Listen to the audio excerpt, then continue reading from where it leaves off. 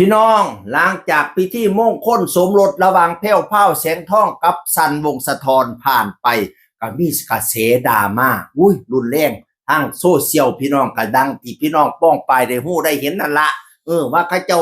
มีกระแสกันเรื่องใดรุนแรงกันเรื่องใดเนาะบัดนี้ทางแพ้วพราวออกมาเคลื่อนไหวเด้พี่น้องจากเพจของแม่แพรวของพี่นาริตะน้องเกี่ยว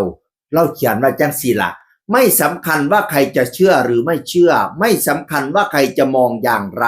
สิ่งที่สำคัญที่สุดคือวันนี้เราทำให้คุณยิ้มได้ทำให้หัวใจรู้สึกปลอดภัยและมีความสุขในแบบที่เป็นลูกคือของขวัญที่ดีที่สุดของผู้หญิงคนหนึ่งที่ขึ้นชื่อว่าแม่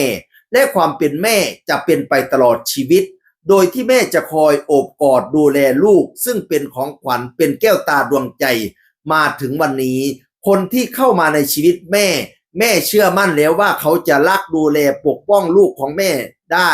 ดูแลปกป้องของขวัญที่ดีที่สุดในชีวิตแม่ได้และขอบคุณที่ได้เข้ามาเป็นครอบครัวเดียวกันว่าซั่นเหตุของแม่แพ้วของพี่ณริตะน้องโตเกียวเขียนว่าจังสี่พี่น้องเอ่ย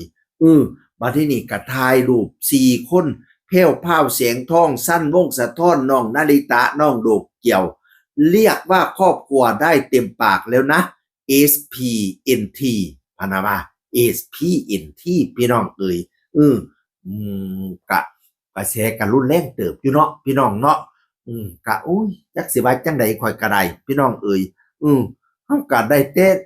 จ้องได้แต่แนมเนาะบ่รู้ว่ามันสิจบจังใด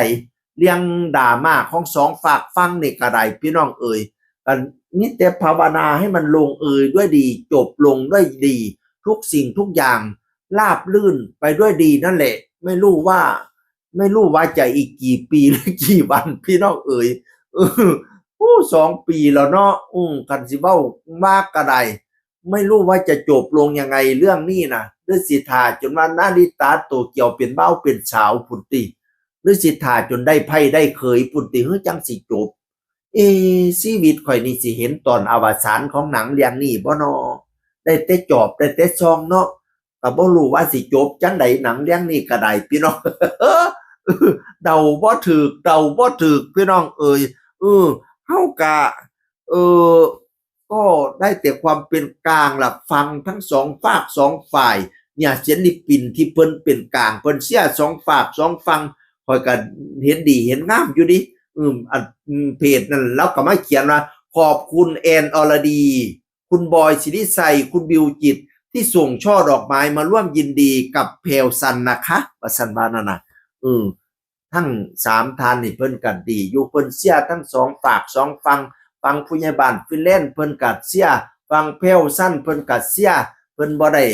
อยู่ฝ่ายใดเพราะว่าเพิ่นรักทุกฝ่ายบิวจิตก็เคยออกมาเว้าอยู่ว่ารักทุกฝ่ายบอยก็เคยออกมาเว้าอยู่ว่าคบได้ทุกฝ่ายรักได้ทุกฝ่ายอย่าให้ไปอยู่ฝ่ายใดฝ่ายหนึ่งเป็นกลางนั่นล่ะดีที่สุดพี่น้องเอ๋ยเฮาก็อยากเสียมให้ทั้งสองนี่จบลงด้วยดี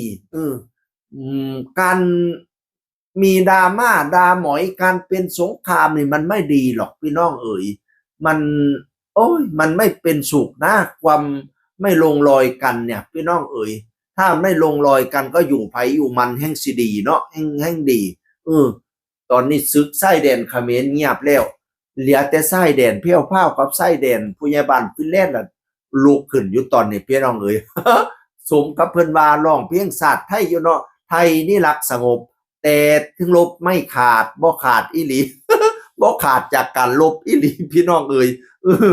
โอ้ยทุกวันนี้ศึกไก่ไม่ได้ห่วงแต่วันสวงศึกใกล้ไล่ข่มเหงถ้าคนไทยหันมาฆ่ากันเองจะร้องเพลงชาติไทยให้ใครฟังหากชนใดไร้รักสมัครสมานจะทำการสิ่งใดก็ไร้ผลประเทศชาติจะย่อยยับอับจนประชาชนจะเป็นสุขได้อย่างไรไม่รู้ว่าจนสิ้นสุดลมหายใจของข้าพเจ้านี่จะเห็นสงครามชายแดนเพียวพาวกับชายแดนผู้ใหญ่บ้านฟินแลนด์สงบสุขตอนไหน ตลอดชีวิตผมไม่รู้จะได้เห็นหรือเปล่า ระหว่างชายแดนเขมรกับชายแดนเพียวพาวผู้ใหญ่บ้านฟินแลนด์ชายแดนไหนจะสงบก่อนกัน เสียงอึกคนเก่าเว้าสู่ฟังสวัสดีครับ สวัสดีครับ